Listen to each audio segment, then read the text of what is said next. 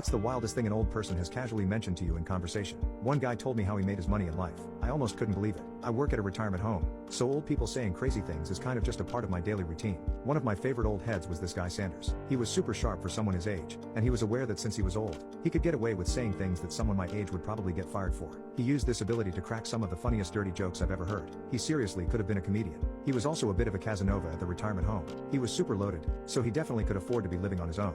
But he told me that living at the retirement home was like being in college again, surrounded by single women. He would always be telling me about which girl he was seeing at the time. I know they are old, but believe me, they still can get frisky, especially Sanders. The one thing that Sanders never talked about was his job. He didn't really have any family visiting or anything, and I knew he was paying for the retirement home himself, which is pretty expensive.